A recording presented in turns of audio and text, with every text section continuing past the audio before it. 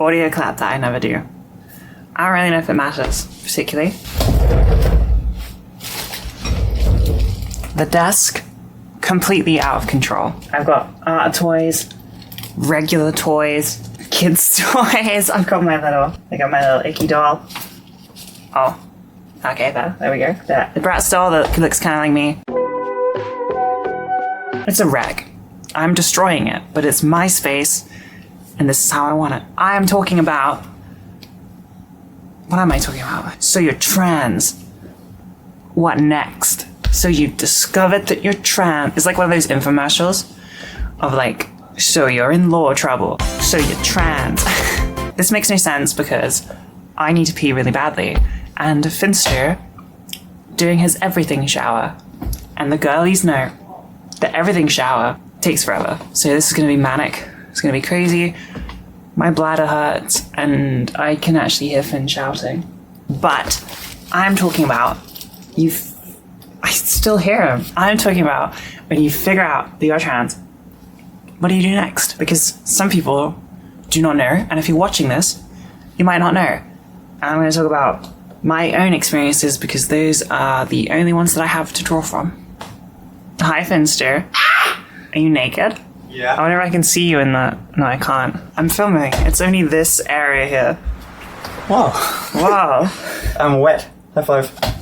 You look pretty. Thank you. Finster. Yeah? If you figured out you were trans, what would you do first? Shit, I should have thought about this.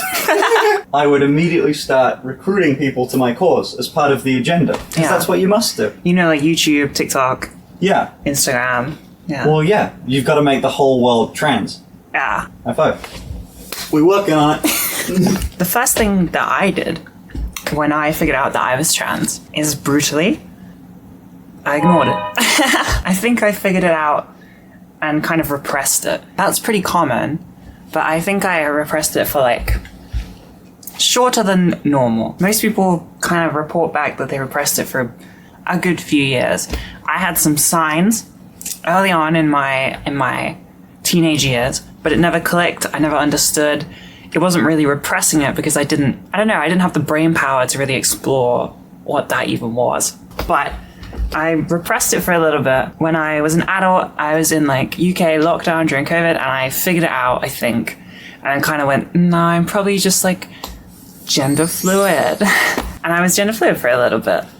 And I was a very feminine, heavy gender fluid. I would wear makeup and I would wear girl clothes. Now I just call them clothes.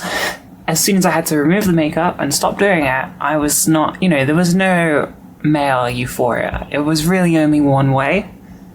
And that kind of led me to believe that it wasn't a gender fluid thing. I had to go home during lockdown because my university, like student halls thing, where you live and sleep at university in the UK, ended, my tenancy ended, and I had to go home. And when I went home, I couldn't do this gender expression anymore.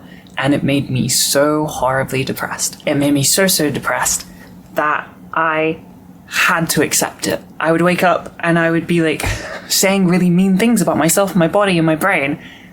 Subconsciously, they would just be coming through and I wouldn't think anything of them. And then one day it was like, oh, that's not normal. That shouldn't happen. You shouldn't be saying horrible things about yourself or your body. There's something wrong here. I'm trans. I'm probably trans. Finally! Transgender. It wasn't just something I figured out myself. I'm not that smart. I did a lot of research. I did a lot of looking on Reddit, looking on Instagram, seeing people that were in their transition. And I think the main thing that helped me accept it was seeing people in their transition happy, passing and non-passing.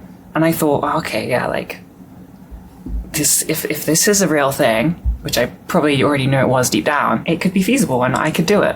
So that helped me to come to terms that it wasn't completely impossible.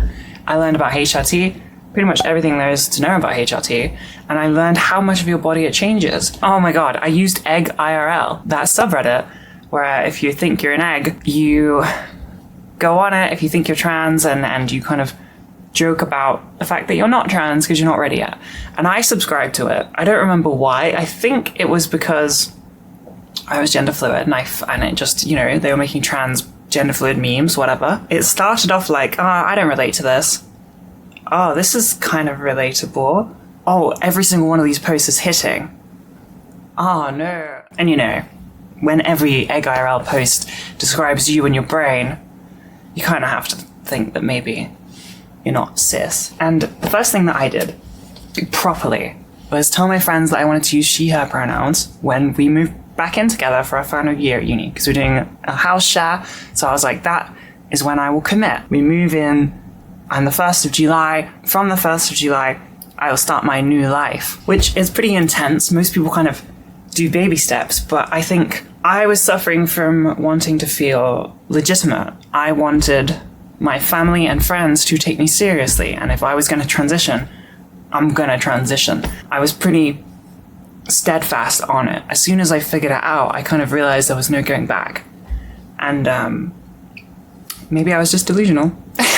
But I wanted 100% to go hard, do everything, and have people take me seriously. I wanted to speedrun girl. And, it's a slow process, but it did kind of help. So with that, I told my mum, because I was just living with my mum. My mum and dad were separated. I told my mum, and she was incredibly supportive. I told her that when I go back to uni, I think I'm going to speak to a gender therapist, which I didn't do. And she said, oh, are you having thoughts about do you want to transition sort of thing? She didn't really know anything about it, but, vaguely that's what she said. And I was like, yeah, I think so. And she was incredibly supportive and has been supportive ever since. And she said, would you like me to tell the rest of the family? And I said yes, because I am a baby. Telling my dad took way longer. I actually was, I had moved, I think. I think I was already on HRT when I told my dad, because we didn't have a ton of contact. He did not like it, and we did not talk ever again, which sucks, but, one out of everybody else. Not bad odds. And, you don't really want people like that in your life anyway, so it wasn't a huge concern. I know that I got lucky. My friends, my family, even my extended family were very, very supportive, besides one person. So I went to Gender GP, which is a private clinic in the UK, and I tried to speedrun getting hormones, and I did speedrun getting hormones.